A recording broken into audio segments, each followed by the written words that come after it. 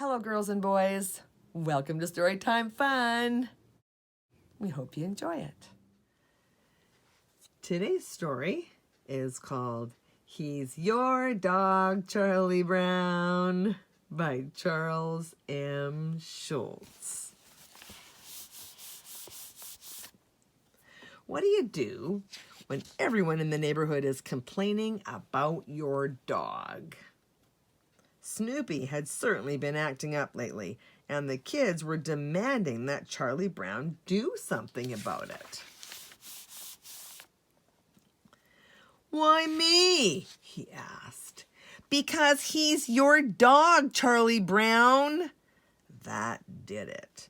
Charlie Brown was forced into action, and he decided to write a letter to the Daisy Hill Puppy Farm. Dear Daisy Hill Puppy Farm, I am writing in regard to one of your less distinguished alumni. Unfortunately, this alumnus is not living up to my expectations. Therefore, I am going to have to send him back and have you teach him a little discipline. This is for your own good, Snoopy, and don't look at me like that. You have no one to blame but yourself. Now, one other thing.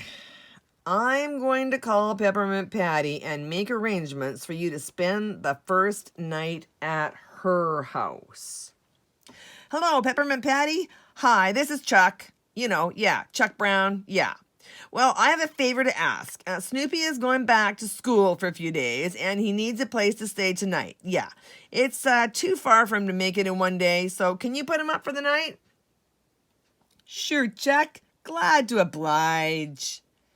Now, the weird thing about Peppermint Patty is that she somehow has never quite realized that Snoopy is a dog. She always has been impressed by Snoopy's baseball playing, and her enthusiasm has sort of blinded her. They said goodbye, and Snoopy set off with his dog dish on his head and carrying his little suitcase. He was quite unhappy, a little frightened, and very mad. Snoopy was really not in much of a hurry to get where he was going, so he meandered down a few side streets, kicked some tin cans, and just took his time. When he finally got to Peppermint Patty's house, he was greeted warmly. "Hiya, Snoopy, old pal. How's the old shortstop? It's good to see you again. Come on in and I'll show you to your room." After Snoopy unpacked, Peppermint Patty fixed him a little snack in the kitchen. She was surprised when she saw him put his whole nose in a bowl of cereal. "This is the strangest kid I've ever seen," she thought to herself. But that was only the beginning. Now Snoopy seated himself at a little table out in her backyard and really began to make a nuisance of himself. He leaned back in his chair and pretended that he was a World War I flying ace on leave in Paris, and he snapped his fingers for service just as if he were in a little sidewalk cafe. Peppermint Patty was too polite to say anything, and she brought him a glass of root beer. This went on for 3 days. Snoopy swam in the pool, sunned himself in the yard, and snapped his fingers whenever he wanted something. Peppermint Patty was getting a little worried. The dishes in the sink were beginning to pile up, and she was getting tired of waiting on this guest who was taking unfair advantage of her good nature. "I'll have to call Charlie Brown," she said to herself. "Hello, Chuck. I don't know about this friend of yours here. He seems to think he's on vacation or something. I thought he was supposed to go to school." "You mean he's still there?" cried Charlie Brown. "I'll be right over and get him." Charlie Brown grabbed a leash and set off across town. He hated the thought of putting a leash on Snoopy, but he could see no other way of controlling this dog who had gotten so out of hand. And was Snoopy ever upset when Charlie Brown snapped the leash onto his collar and tried to drag him home? Snoopy put on a wild performance, pretending that the leash was strangling him. He coughed and he gasped and he rolled on the ground. Finally, he leaped to his feet and gave the leash a great yank so that it flew from Charlie Brown's hands, and he ran back to Peppermint Patty's house. "You're back again?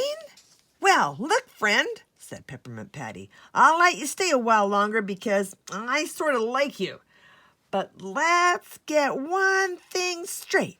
Around this house, everyone has to do his share. That's a family rule. You can stay with us if you want. You're perfectly welcome, but you're gonna have to work. Did you hear me? Work!" And Snoopy worked.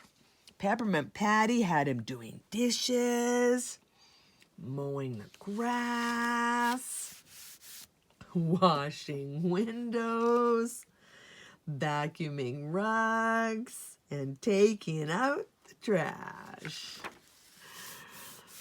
It wasn't long before Snoopy realized that he was caught between the leash and more work than he ever knew existed. And when he got careless and broke a dish, Peppermint Patty banished him to the garage for the night.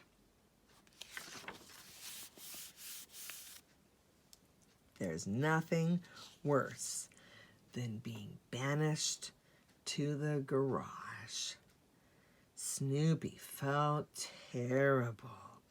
It was dark, and for the first time in his life, he knew what it was really like to be lonesome. Fortunately, Peppermint Patty had not locked the door. So Snoopy was able to sneak out, go into the house, gather all his things together, and run for home. When Charlie Brown saw Snoopy at the front door, he threw his arms in the air and grabbed him. They danced around and around, and when they went to bed, Charlie Brown said, "It's good to have you back, Snoopy." Of course, they had to compromise a little. Charlie Brown agreed not to send Snoopy away, and Snoopy agreed to try to act a little less outrageously. The next day, Snoopy realized he had learned a good lesson. Well, that's it for today. We'll see you next time.